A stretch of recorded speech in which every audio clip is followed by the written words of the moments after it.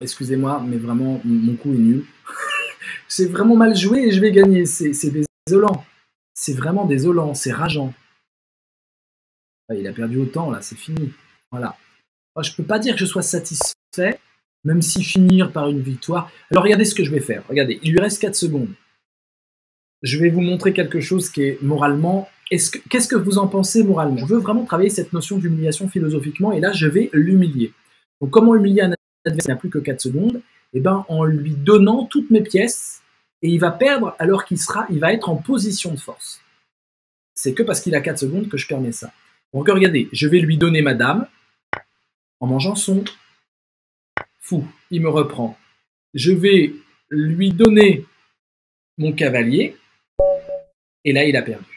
Et là, je sais, et nous le savons, qu'il est énervé parce que je me suis moqué de lui. Voilà. Je mets même un petit sourire en commentaire pour voir s'il est là, parce qu'il est encore connecté. Il demande la revanche. Il a demandé la revanche et c'est intéressant. Il a appuyé sur revanche et tout de suite, il est parti. Donc en fait, il a été en colère. Il a dit, tu vas voir, je vais t'avoir. Et puis en fait, il a dit non, fausse bonne idée et il a arrêté. Voilà ce qui s'est passé à l'instant en direct, messieurs, dames. C'est-à-dire qu'une victoire sans avoir fait ce que j'ai fait aurait été une victoire moindre émotionnellement. Vraiment, ça aurait été une victoire moindre. J'ai un petit plaisir à montrer à l'autre que je blague.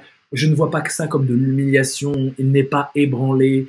Son intégrité a été respectée. C'est pervers gentil. Voilà, c'est pas non plus de la grosse perversité, etc.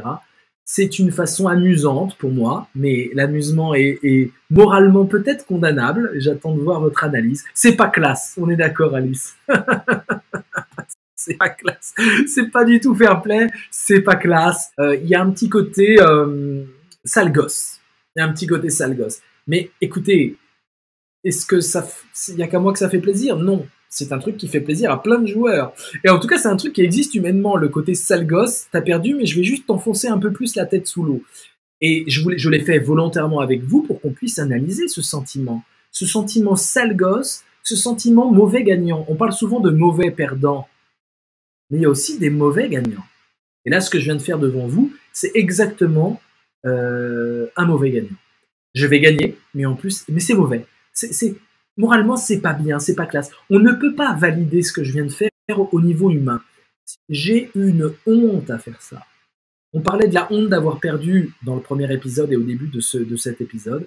J'aimerais conclure ce deuxième épisode sur ça. Il y a une honte à gagner. On l'a vu de 2 façons différentes dans ce philo chess.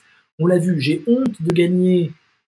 Pas honte, mais je suis agacé de gagner parce que, du coup, la beauté du jeu qui se déployait s'arrête parce que l'adversaire fait un coup trop faible et pas du tout au niveau du reste de la partie.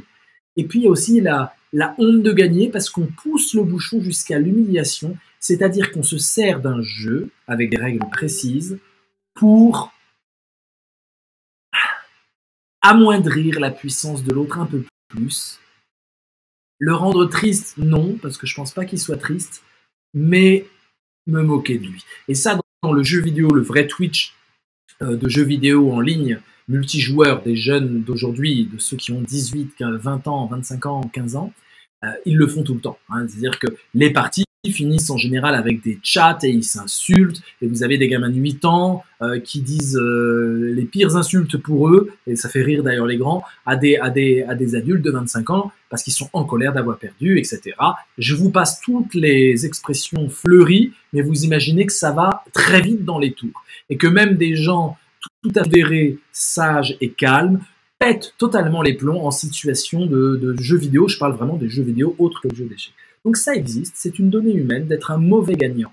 Et je pense que ça en dit long sur notre humanité aussi. Et c'est là-dessus que j'aimerais commencer notre prochain philo chess dans quelques temps.